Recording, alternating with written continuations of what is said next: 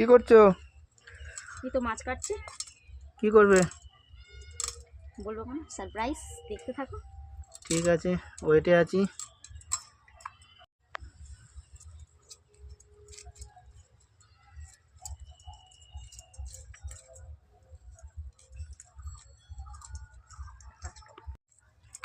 পুকুর দিয়ে যে মাছ ধরলো ওই মাছ?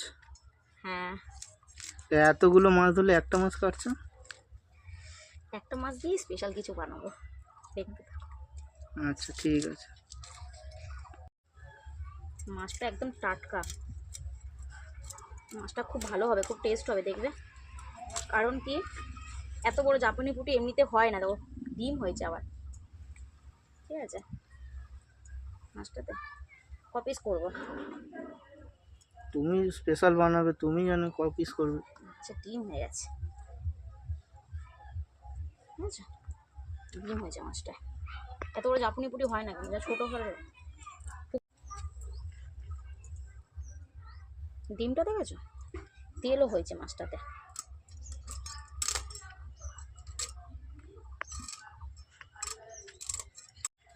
তুমি পুকুরে চলে এসছো?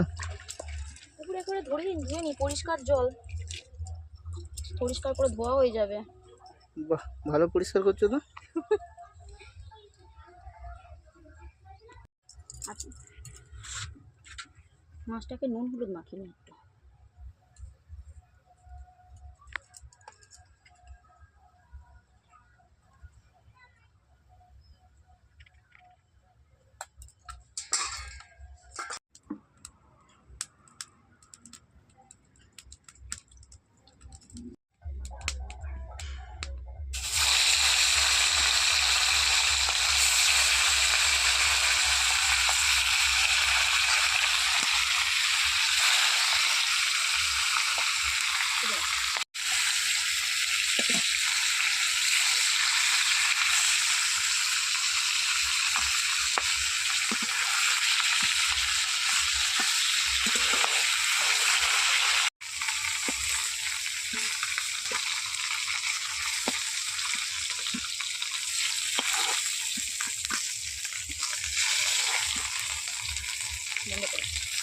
পেঁয়াজ দিয়ে দিলাম,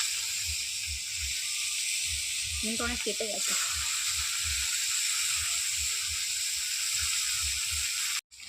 পেঁয়াজটা একটু লাল লাল হয়ে গেল, এর মধ্যে এখন টমেটো দিয়ে দেবো।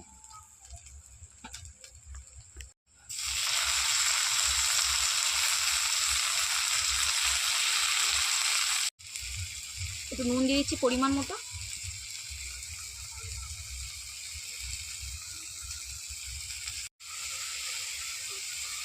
একটু হলুদ দিয়ে দিলাম পরিমাণ মতো, অল্প করে একটু গুঁড়ো লঙ্কা,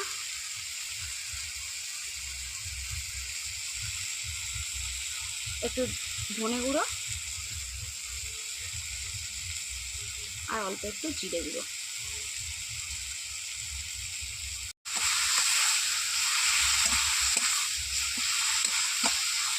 হালকা জল দিয়ে দেবো।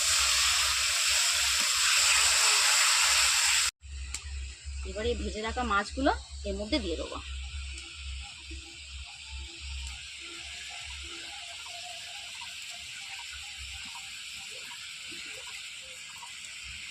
এই যে বলেছিলাম স্পেশাল আইটেম, এটা হচ্ছে আমাদের গাছের তেঁতুল। ঠিক আছে, এটা হচ্ছে সরপুঁটি ছিল মাছটা, জাপানি পুঁটিও আমরা বলি। তো এর মধ্যে একটু তেঁতুল অ্যাড করে দেবো। সময় চুনো মাছের টক খাও, এবার একটু বড় মাছের টক খেয়ে দাও, কেমনি লাগে। মধ্যে 2 পিস কাঁচা লঙ্কা দিয়ে দিলাম, কালারফুল দেখতে লাগবে। কালারটা কেমন এসছে? দারুণ কালার এসছে। দারুণ কালার না? খেয়ে দেখতে হবে। খেয়ে বলবে একদম ভালো। ভালো। ঢেলে দিয়ে এবারে। বাহ।